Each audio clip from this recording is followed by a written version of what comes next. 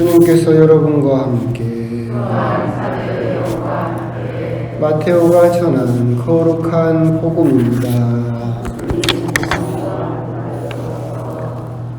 그때 예수님께서 말씀하셨다. 고생하며 무거운 짐을 진 너희는 모두 나에게 오너라. 내가 너희에게 안식을 주겠다. 나는 마음이 온유하고 겸손하니 내 멍에를 메고 나에게서 배워라. 그러면 너희가 안식을 얻을 것이다. 정녕 내 멍에는 편하고 내 짐은 가볍다. 주님의 말씀입니다. 참 예수님 잘 주무셨습니까? 우리 공소신자분들은 아니지만 어제 저녁에 보고 오늘 아침에 보고 재미난 일이 없어요. 어제는 그래도 재미난 거라도 하나 찾아가지고 이야기를 했는데 오늘은 재미난 것도 없고 아침에 문득 그런 생각이 들었어요. 얼마 전에 대설이었대요.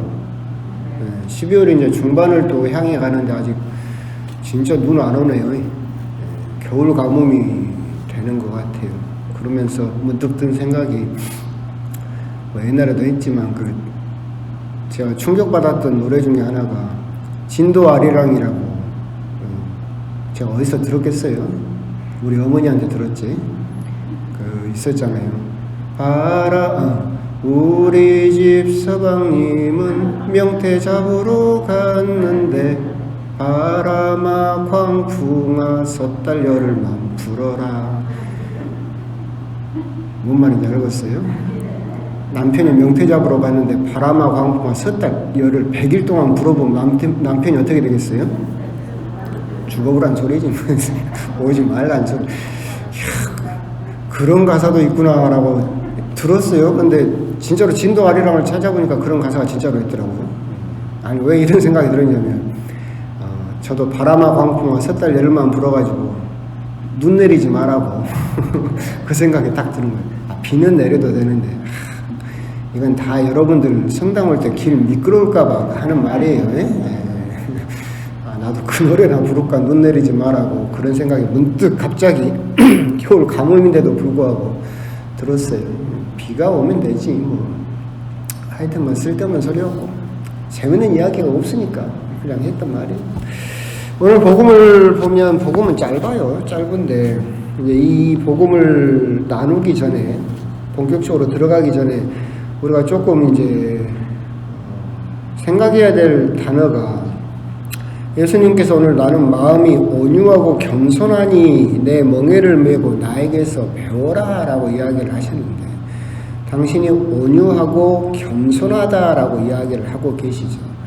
여러분들 매일 미사책 뒤에 보면 신부님들이 쓰신 강론에서도 그런 말이 있잖아요. 자비와 모태, 여성의 모태가 어원이 같다. 히브리어는 그런 식으로 설명이 되어 있는데 히브리어는 단어가 많지 않아서 그렇게 어원이 같은 경우가 많이 있어요. 그래서 겸손이라는 단어는 어디에서 나왔느냐라고 한다면 땅에서 나왔어요.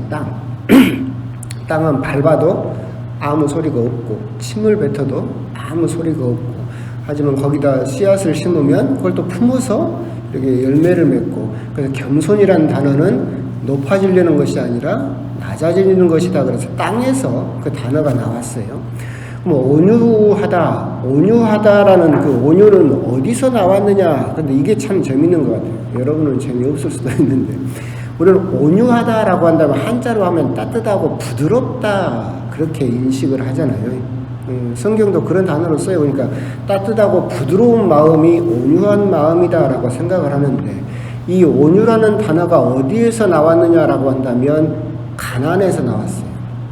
그러니까 여러분들이 산상설교에서 예수님께서 마음이 가난한 사람들 너희들은 행복하다 하느님의 나라가 너희의 것이다 해서 쓰는 그 가난과 진복팔단 뒷부분에 보면 또 마음이 온유한 사람은 행복하다라고 하시잖아요.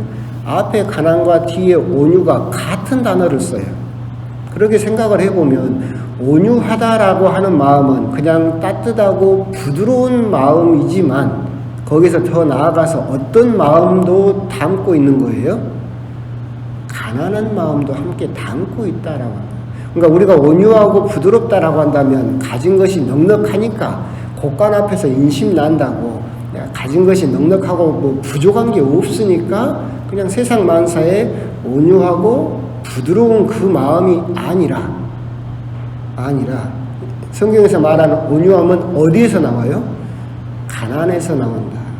그것이 물질적인 가난인지 영적인 가난인지는 우리가 생각을 해봐야 되겠지만 결국 성경에서 말하는 온유하다라고 하는 것은 내가 가진 것이 많아서 넉넉해서 나오는 마음이 아니라 가진 것이 오직 뭐밖에 없을 때 나오는 마음이에요? 하느님밖에 없을 때. 그러니까 여러분들이 생각을 해보면 이명박이 온유해요? 안 온유하죠. 지 통장에서 끝에 영자 하나 사라질까봐 바들바들 떨잖아요. 근데 우리 수녀님들이 온유해요? 온유하죠. 왜 그럴까? 가진 게 없으니까. 뺏길 것도 없으니까 온유하잖아. 이런 면에서 또 우리가 온유를 생각할 수 있지 않을까. 그래서 우리가 온유하다라고 한다면 그냥 따뜻하고 부드러운 마음이라고만 생각할 수도 있겠지만 성경에서 말하는 온유는 근본적으로는 가진 것이 하느님밖에 없는 사람들, 가난해서 그 온유라는 단어가 나왔다라고 하는 점은 우리가 묵상할 필요가 있는 그런 또 부분이지 않을까. 그렇게 시작을 하는데, 그래서 오늘 복음은 예수님께서 고생하며 무거운 짐을 진 너희는 모두 나에게 오너라. 어제 원죄 이야기를 할 때도 결국 모든 사람은 예수님을 필요로 한다라고 말씀드렸던 것처럼 세상 살면서 자신이 고생 안 한다고 생각하는 사람은 없죠.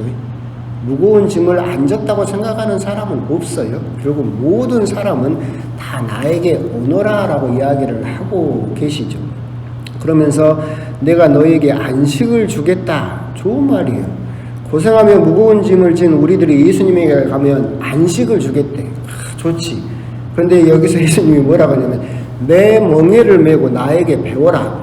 우리는 성당을 가면 그냥 다 마음이 편안해지고 하느님이 다 알아서 해줄 거라고 생각을 하지만 예수님께서 뭐라고 해요? 네 멍에를 벗고 누구 멍에를 져라? 내 멍에를 져라.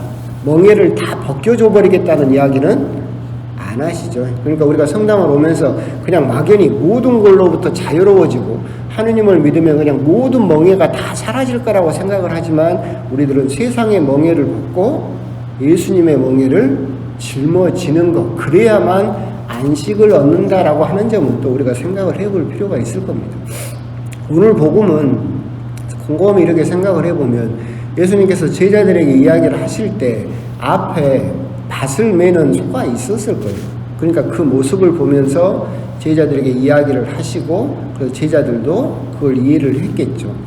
우리나라와는 조금 다르게 이스라엘에서는 이렇게 밭을 가는 소는 한 마리로 끌지 않고 두 마리로 끌어요. 그래서 성경에서는 그걸 겨릿소라고 불러요. 그래서 두 마리가 함께 멍에를 지죠.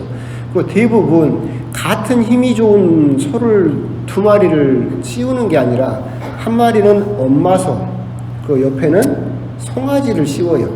왜 그러냐면 밭을 갈 때 송아지 보고 엄마 소를 보고 배우라고, 밭 가는 것을 어떻게 하는지를 배우라고 한 마리는 엄마 소를 씌우고 옆에다가는 송아지를 씌우죠. 그럼 송아지는 엄마를 따라다니기만 하지만 결국 밭은 누가 다 갈아요? 어미소가 다 갈죠. 그 모습을 이렇게 보고 있는 거예요. 그러면서 이 말씀을 하고 있는 거지. 그러면서 멍에를 메고 나에게서 배워라. 그런데 예수님께서 뭐라고 해요? 내 멍에는 편하고 내 짐은 가볍다라고 하는 거죠. 그러니까 우리들에게 하시는 말씀이에요. 내 멍에를 메면 어미소는 누구다? 예수님이다. 그러면 송아지 새끼소는 누구다? 우리다. 그러니까 예수님은 멍에를 우리들에게 주기는 하지만 너 혼자 저라고 하지 않고 예수님도 같이 지겠다. 그래서 나에게서 배워라라는 말씀을 하시는 거예요. 너희들은 새끼 소여가지고 멍에를 어떻게 메는지 밭을 어떻게 가는지 모르는데 내가 직접 멍에를 메고 밭을 갈 테니 너희들은 나를 보고 배워라. 이 말씀을 하고 계시는 광경이죠. 그래서 예수님께서 실제로 밭을 가는 소들을 이렇게 그 광경을 보면서 제자들에게 가르쳐 주시던 그 부분이었지 않을까. 결국 우리들이 생각을 할 때 세상을 살면서 결국은 멍에라고 하는 것은 벗어버려야 되는 것이다 라고 생각을 하겠지만 아까 말씀드린 대로 예수님의 멍에를 지는 것, 세상의 멍에를 벗고 예수님이 주신 그 멍에, 그것만을 지는 것이 안식을 얻는 방법이고, 그럴 때 또한 예수님께서 하시는 말씀처럼 그 멍에를 너희들 혼자만 지라고 내버려 두지 않는다. 나도 옆에서 같이 그 멍에를 지겠다. 그 대신 힘든 일은 누가 다 하겠다? 내가 다 하겠다. 그러니까 너희들은 나를 보고 배워라. 그 멍에의 무게를 누구에게 다 맡겨라? 어미소인 나한테 맡겨라. 그러면 멍에가 편하고 짐이 가볍다. 그러면 너희들이 뭘 얻게 될 것이다?